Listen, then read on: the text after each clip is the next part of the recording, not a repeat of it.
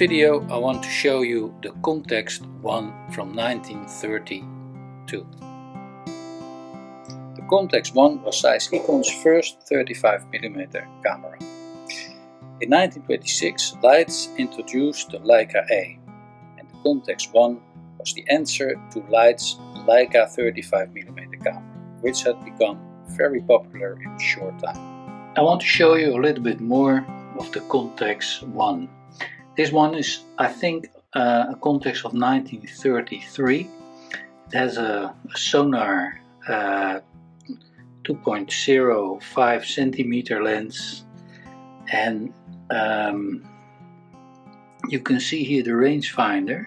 It's a very long distance, 10 centimeters, so you could focus very precise. This knob here is the shutter speed knob.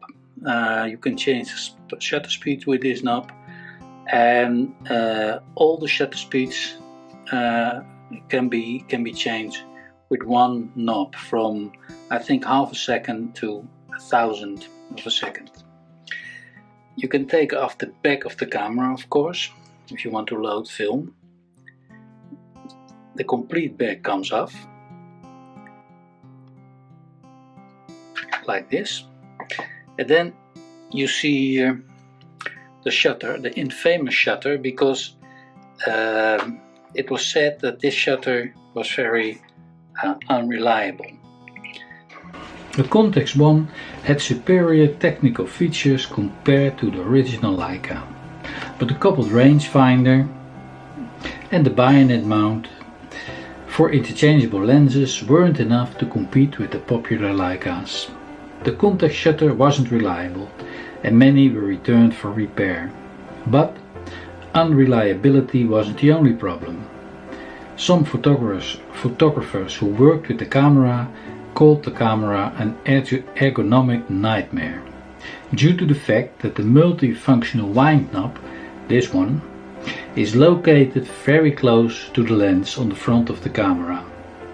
It's very hard to get your finger in between the knob and the lens to cock the shutter or set the shutter speeds. It's very hard, especially with gloves on, but on the other hand, try this with a little knob on the Leica with gloves on, and it's just as difficult. Even more difficult it is to set the shutter speeds with this knob. The shutter speeds are set with the knob on the front of the camera. This knob has two rings. The outer ring, this one, is used to cock the shutter, but you can pull this ring and then you can also set the shutter speeds with it. The shutter speeds are painted in white and red. The faster speeds in white and the slower in red. There is a white and a red dot on the narrow black ring, and you have to align the red dot with the red shutter speed and the white dot with the white. But before you can do this, you first have to select a shutter speed group. There are 4 groups, and you can set these groups with this ring on the knob. There are 4 groups. The sports group from 1/100 of a second to 1000. The normal group from 100 to 125 of a second. The night picture group 1/5 and 1/10 of a second. And the time group, half second, and Z, or we call it now B bulb. In the contemporary manual of the Contax I, you could read that the division of the exposure times in 4 groups meant further great convenience in operating the shutter.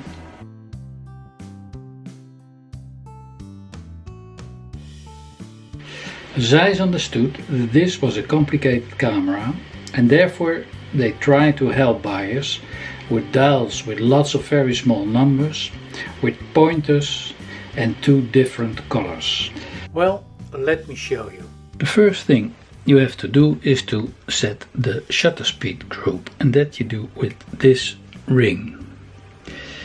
So we take, let's say, a red group with 1/5 of a second or 1/10 of a second, and we set the shutter speed to 1/10 of a second. Then we cock the shutter.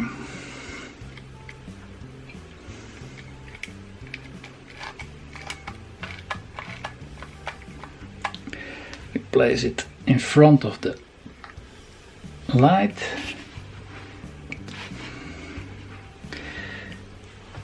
And we fire. That should be 1/10 of a second. With this small device I will test the shutter speeds of this old Contax I.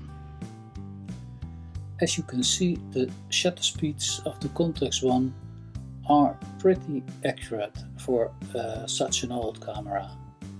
Only 1/2 of a second isn't, and 1/250th of a second is actually 1/200th of a second, because the Contax I doesn't have a shutter speed of 1/250. Focusing with the Contax I was done with this little focusing wheel. You had to do it with your middle finger, and then you can turn the lens, because when you do it with your index finger, your middle finger is in front of the focusing window and you can't see the focusing patch in the viewfinder. On this Contax I, a 5 cm 2.0 sonar is mounted, but most Contax Is were equipped with a 5 cm 3.5 tessar lens. Two pictures of this lens on a Sony A7. The first picture wide open and the second stop down.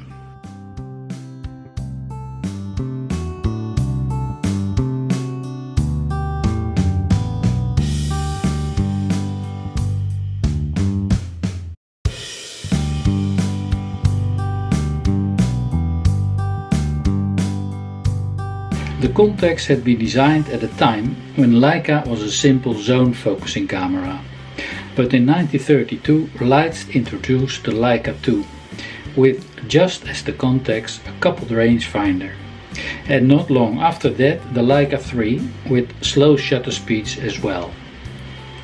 Zeiss had invested much in not only developing the Contax I camera, but also in the very high quality 35mm lenses they had made for the camera. They didn't want to give up on the lenses, so Zeiss needed a new camera.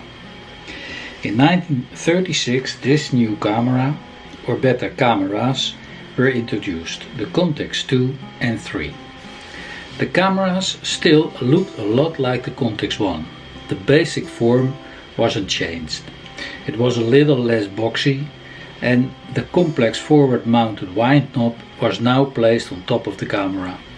The black paint was gone. At first sight the shutters looked the same, but these were in fact completely redesigned and much more reliable. The complicated way to set the shutter speed was also made much easier. It became clear that the Contax I couldn't compete with the Leicas. The Leicas were very successful. Leica's much simpler operating system and fine ergonomics gave it a decisive advantage on the technical superior but complicated and unreliable Contax. So this ends my video about the Contax I. I hope you found it interesting. Thank you for watching, and I hope to see you on my next video.